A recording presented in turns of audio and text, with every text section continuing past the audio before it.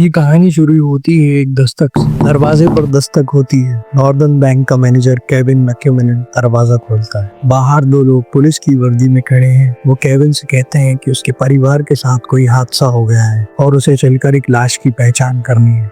ये सब झूठ था। जैसे ही केविन बाहर निकलता है, एक आदमी उसकी गर्दन पर बंदूक रख देता है और अंदर उसकी बीवी कैरन का गला दबा दिया जाता है। इससे 20 मील दूर एक और परिवार को बंधक बनाया जा रहा है। क्रिस वॉर्ड, जो नॉर्टन बैंक का ही एक एम्प्लॉय था, अपनी आंखों के सामने अपने परिवार को बंदूक की नोक पर देख रहा है और कुछ भी नहीं कर सकता। अगले 24 घंटे में केविन और क्रिस दोनों की जिंदगी पूरी तरह बदलने वाली।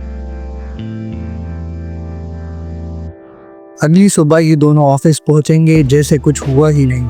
सबको हंसते हुए गुड मॉर्निंग कहेंगे और फिर यूके की इतिहास की सबसे बड़ी बैंक रॉबरी को अंजाम देंगे। जब तक वॉल्ट खाली होगा, 26.5 मिलियन यूरोस यानी लगभग 250 करोड़ रुपए गायब हो चुके होंगे। ना कोई अलार्म बजेगा, ना कोई सुराग मिलेगा। और आज 20 साल बाद भी न चोरों का कुछ पता चला है, ना ही कुछ पैसों का। ये है नॉर्दर्न बैंक की robbery, the perfect crime. Chris Ward, जो नॉर्दर्न बैंक का एक कर्मचारी है, उस दिन वेस्ट में अपने घर पर और उसके साथ उसके पापा, मम्मी, बड़ा भाई और गर्लफ्रेंड सब मिलकर टीवी पर फुटबॉल मैच देख रहे हैं।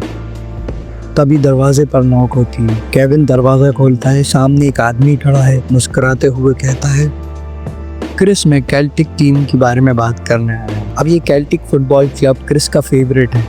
वो इस क्लब के सपोर्ट ग्रुप का एक्टिव मेंबर है, तो उसके लिए ये सब नॉर्मल है। पहले भी लोग टिकट या इवेंट्स की बात करने घर पर आते जाते रहते थे, लेकिन इस बार वो एक बहुत बड़ी गलती करने जा रहा था। क्रिस उस आदमी को अंदर बुलाता है, लेकिन जैसे ही वो मुड़ता है, उसे एहसास होता है कि उसके साथ 2 लोग और भी हैं जो घर के बाहर अंधेरे में खड़े। और जैसे ही ये तीनों अंदर आते हैं, सब कुछ बदल जाता है। तीनों ने बंदूकें निकाली और सीधे क्रिस के परिवार पर तान दी। एक ने कहा, क्रिस, हम ये फुटबॉल की बात करने नहीं आए, हम बात करने आए हैं तुम्हारी नौकरी की, जो है नॉर्दर्न बैंक के बेसमेंट वाले केस सेंटर की। क्रिस वहीं फ्रीज हो जाता है। उन्होंने कहा, हमें सब पता है तुम कौन हो, कहाँ काम करते हो, तुम्हारा शेड्यूल क्या है। अब तुम 24 घंटे के लिए हमारे साथ चलोगे और तुम्हारा परिवार यहीं बंधक रहेगा। सबसे पहले तुम अपनी वर्क यूनिफॉर्म पहनकर बाहर आओगे। बाहर एक गाड़ी तुम्हारा इंतजार कर रही है। कोई सवाल नहीं, कोई पलट कर देखना नहीं, बस निकल कर आ जाओ। क्रिस वैसा ही करता है। बाहर एक कार पहले से ही खड़ी है, इंजन चालू है, दरवाजा खुला हुआ है। उसे कहा गया, पीछे वाली सीट पर लेट जाओ। ड्राइवर स्टीयरिंग पकड़े बैठा है और दूसरे हाथ में बंदूक। क्रिस पीछे लेट जाता है और गाड़ी रात के अंधेरे में गायब हो जाती है। उधर बेलफास्ट में 20 मील दूर केविन, वहीं बैंक मैनेजर, अपनी बीवी कैरन के साथ अपने घर में बैठा है। दोनों टीवी देख रहे हैं और चाय पी रहे हैं। तभी दरवाजे पर नॉक होती है। केविन दरवाजा खोलता है। सामने पुलिस की वर्दी में 2 लोग खड़े हैं। एक के हाथ में क्लिपबोर्ड है जिस पर केविन और कैरन का नाम लिखा है। वो कहते हैं, आपके किसी रिश्तेदार का एक्सीडेंट हो गया है। लाश की पहचान करने के लिए आपको चलना होगा। केविन थोड़ा घबरा जाता है। बाहर निकलते ही पीछे से उसकी गर्दन पर बंदूक लगा दी जाती है। घर के अंदर कैरन कुछ समझ पाती उससे पहले ही एक हाथ उसके गले पर आ जाता है। उसे जमीन पर गिरा दिया जाता है। तीसरा आदमी भी अंदर घुस जाता है। तीनों मिलकर केविन और कैरन को घसीटते हुए घर के कमरे में ले जाते हैं।